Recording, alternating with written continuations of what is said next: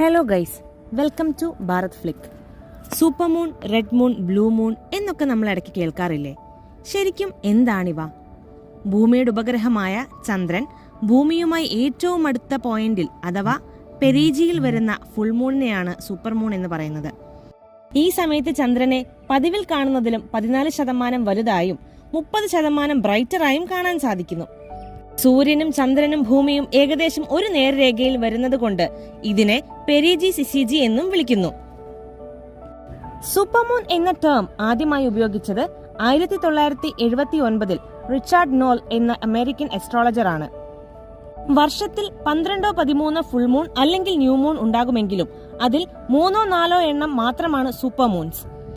ഇനി red moon അല്ലെങ്കിൽ blood moon എന്താണെന്ന് നോക്കാം. ടോട്ടൽ ലൂണാർ എക്ലിപ്സ് നടക്കുന്ന സമയത്താണ് ഇത് സംഭവിക്കുന്നത്. ചന്ദ്രന് സ്വന്തമായി ലൈറ്റ് ഇല്ലെന്നറിയാമല്ലോ. സാധാരണയായി സൂര്യനിൽ നിന്ന് വരുന്ന സൺലൈറ്റിനെ ചന്ദ്രൻ പൂർണ്ണമായും റിഫ്ലക്ട് ചെയ്യുന്നത് കൊണ്ടാണ് നമുക്ക് ചന്ദ്രനെ വൈറ്റ് കളറിൽ കാണാൻ കഴിയുന്നത്. എന്നാൽ ടോട്ടൽ ലൂണാർ എക്ലിപ്സിന്റെ സമയത്ത് ഭൂമി പൂർണ്ണമായും സൂര്യന്റെയും ചന്ദ്രന്റെയും ഇടയിൽ വരുന്നു.